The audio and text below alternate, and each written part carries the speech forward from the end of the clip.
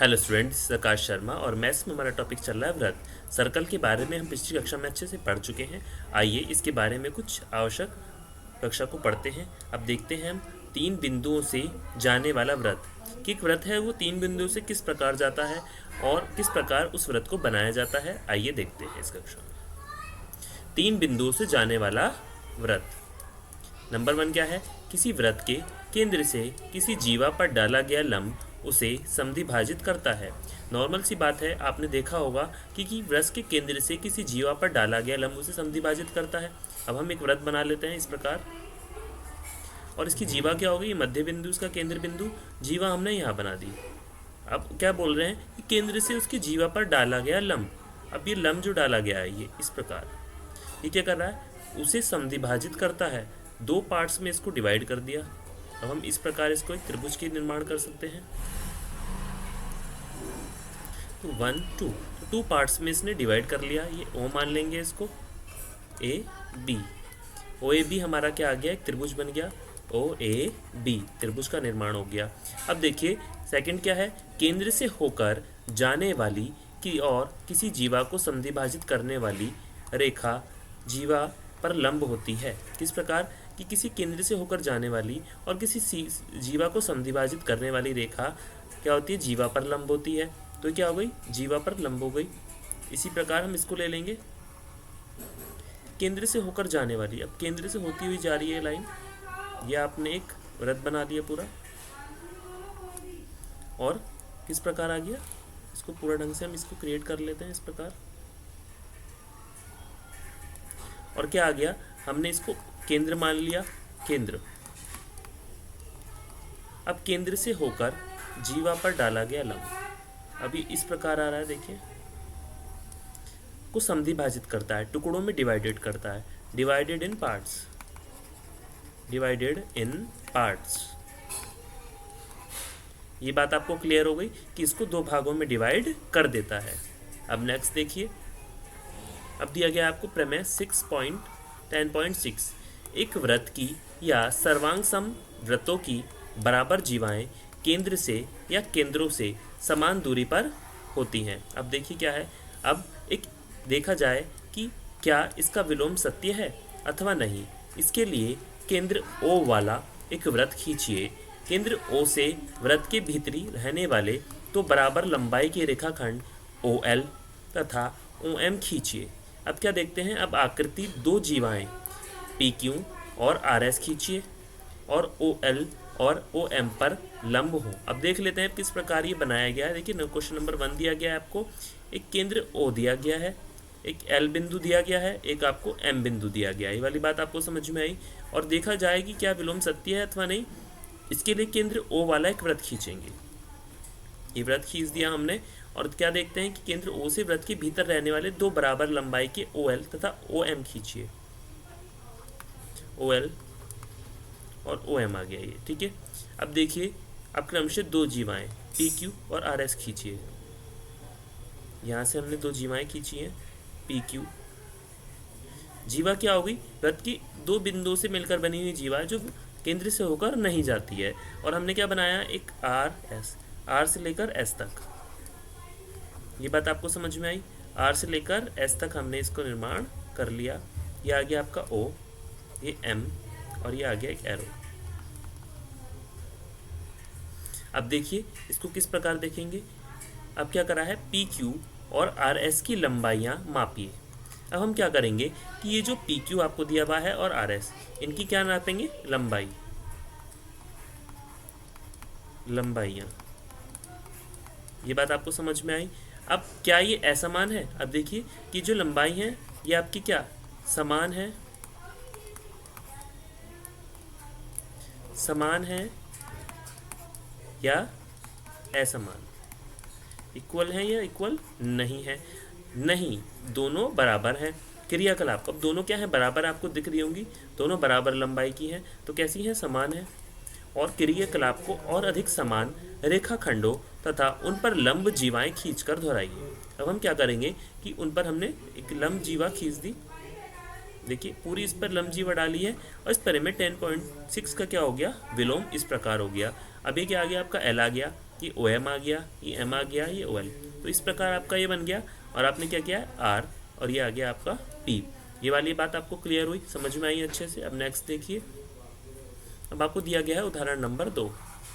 यदि एक वृत्त की दो प्रतिच्छेदी जीवाएं प्रतिच्छेद बिंदु से जाने वाली व्यास से समान कोण बनाए तो सिद्ध कीजिए कि वे जीवाएं बराबर हैं। कैसी हैं? बराबर हैं। अब किस प्रकार आएगा? आप देखिए, आपको दिया गया है ए बिंदु, बी बिंदु, आप क्यू बिंदु और ये आ गया आपका डी बिंदु। ये बात आपको क्लियर हो गई। अब क्या आ गया आपका एल आ गया, ये क्या आ गया ई आ गया। ये बात आपको समझ में आई। अब देखिए यहाँ पर आपको दिया गया है क्या ओ बिंदु और ये आ गया आपका एम। ये आपके क्या डाले गए हैं? लंब डाले गए हैं इस पर।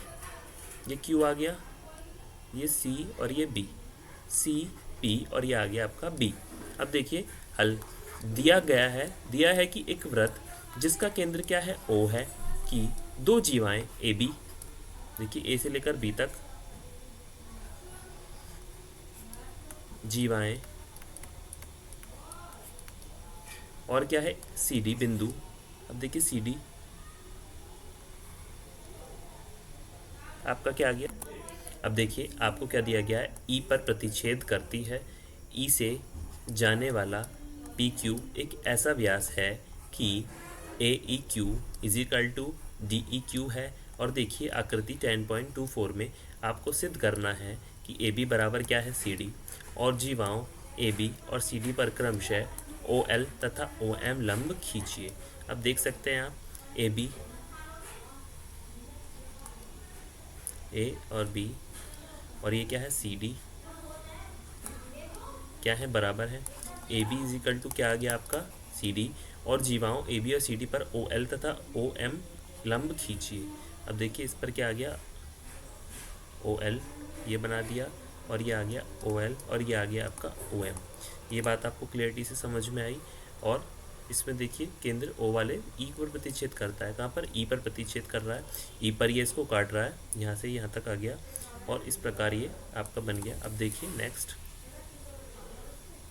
अब देखिए त्रिभुज एल ओ ई में 180 डिग्री माइनस 90 डिग्री माइनस त्रिभुज L E O is equal to 90 degree minus L E O क्या आ गया त्रिभुज के कोणों के योग का गुण। त्रिभुज के कोणों के योग का गुण आ गया और ये आ गया 90 डिग्री माइनस त्रिभुज A E Q is equal to 90 degree minus D E Q आ गया आपका। और आपने क्या किया 90 degree minus M E O is equal to M O E, क्या आ गया एम ओ ई। अब हम देंगे ट्रायंगल त्रिभुज ओ एल ई तथा ओ एम ई में हम देखेंगे क्या देखेंगे कि हमारा एल ई ओ बराबर है किसके एम ई ओ के, दोनों बराबर हो गए, ये दिया गया है क्वेश्चन में। और L O E is equal to M O E, ये क्या है ऊपर सिद्ध किया गया है। अब देखिए ई ओ इज इक्वल टू क्या है ई ओ, ये उभयनिष्ठ आ गए दोनों में।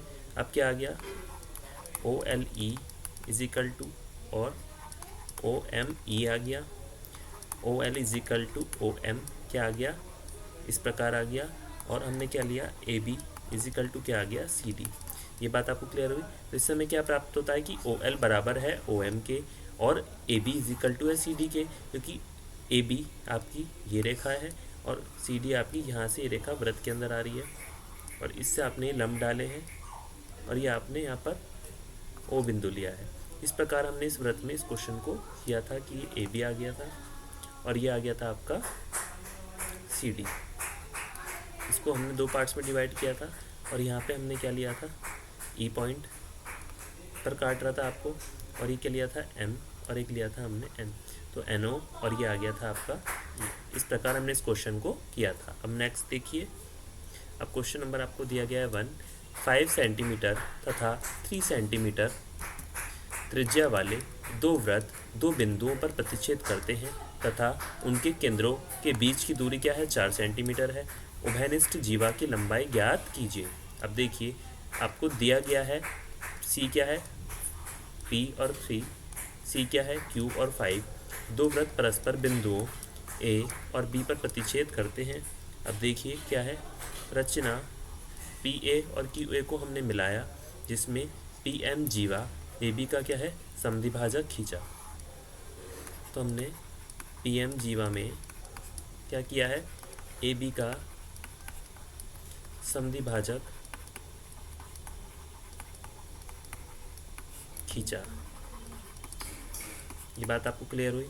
अब देखिए उत्पत्ति, ए बी वृत्त सी P3 की जीवा है और PM जीवा ए बी का क्या है समद्विभाजक है, समद्विभाजक है। तो क्या है PM जीवा ए बी का समद्विभाजक है और क्या है ए बी वृत्त CP3 की जीवा है। अब देख सकते हैं आप यहाँ पे ए और आपको बी दिया गया है और ये M बिंदु है, ये Q और ये आ गया आपका P। तो अब PA आपका आ गया ये वाला और QA को हमने आपस में मिला दिया है। अब देख सकते हैं आप। और हमने क्या किया आगे, PM जीवा ए बी का समद्विभाजक है ए बी, अब PM क्या आ गई जीवा, ठीक है। P से लेकर M तक आपने क्या डाल दी जीवा और इसको समद्विभाजित कर दिया, 2 पार्ट्स में डिवाइड कर दिया।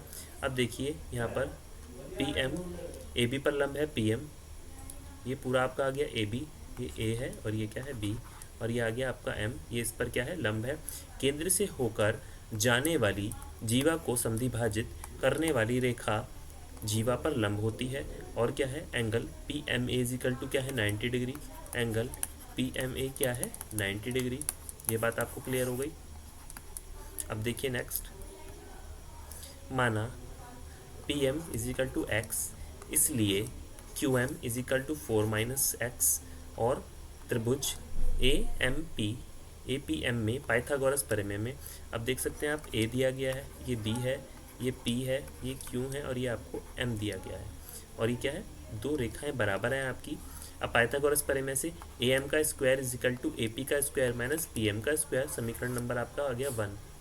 अब त्रिभुज APM में पाइथागोरस प्रमेय से देखेंगे तो AM का स्क्वायर इजिकल टू AQ का स्क्वायर माइनस OM का स्क्वायर, ये समीकरण नंबर 2 आ गया।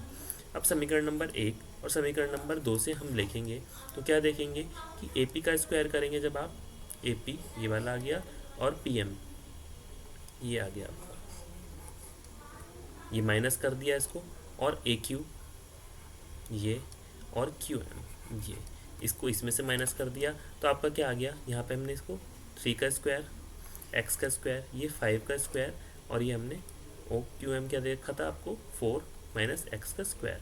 तो हमने इसको बना लिया तो ये क्या आ गया 9, इसको करा स्क्वायर, 5 का 25, 16 plus x square minus 8x। ये बात क्लियर हुई।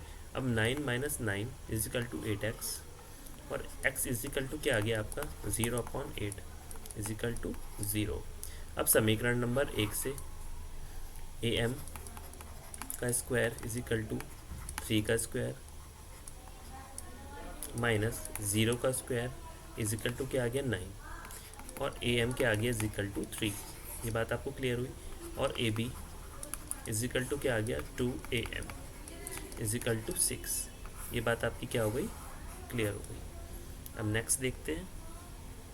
सर आपको क्वेश्चन नंबर 2 दिया गया है, यदि एक वृत्त की 2 जीवाएं समान जीवाएं वृत्त के अंदर प्रतिच्छेद करें तो सिद्ध कीजिए कि एक जीवा के खंड दूसरी जीवा के संगत खंडों के बराबर है। अब देखिए आपको दिया गया है AB और ये DC दिया गया है, ये P, ये N और ये O और ये आ गया आपका M। इस प्रकार बन गया आपका। दिया है वृत्त COR की समान जीवाएं AB और CD बिंदु P पर प्रतिच्छेद करती हैं। सिद्ध क्या करना है कि AP बराबर है CP के और BP बराबर है DP के। अब OP को मिलाया तथा हमने क्या किया, AB हमारा OM पर क्या है लंब है। अब देखिए इस प्रकार बन गया और बनाया। अब उत्पत्ति में OMP और ONP में देखेंगे। अब OMP इजिकल टू ONP, ये प्रत्येक क्या है 90 डिग्री का आ गया आपका।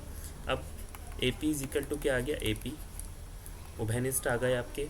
और OM इजिकल टू ON क्या आ गया, वृत्त की समान जीवाएं केंद्र से बाहर दूरी पर। ये बात आपको क्लियर हो गई। अब देखिए त्रिभुज OMP इजिकल टू समरूप है त्रिभुज ONP के। अभी क्या राइट हैंड साइड सर्वांग समता के नियम से। अब देखिए PM इजिकल टू क्या है PN, सर्वांग सम त्रिभुज के संगत भाग क्या होते हैं आपके बराबर होते हैं। और ये आपके ए बी बराबर सी डी, 1/2 ए बी और 1/2 सी डी ये दिया गया है। ए एम और सी एन क्या आ गया, समीकरण नंबर 3। अब समीकरण नंबर 1 और 3 को जोड़ने पर A M plus B N और C N plus P N, A P is equal to C P क्या आ गया, समीकरण नंबर 4। समीकरण नंबर 2 और 4 को घटाने पर तो हमने ए पी घटा दिया, इसमें से सी पी घटा दिया, तो आ गया P B is equal to P D. तो पी बी इजिकल टू क्या आ गया आपका, पी डी। ये बात आपको क्लियर हो गई। तो आज हमने किस प्रकार क्वेश्चन को किया और उसको समझा, किस प्रकार हमने व्रत के क्वेश्चनों को समझा, उससे रिलेटेड हमने परिमेय भी किए हैं और कुछ उदाहरणों को भी अच्छे से समझा। आगे का हम नेक्स्ट कक्षा में करते हैं। आज के लिए थैंक यू।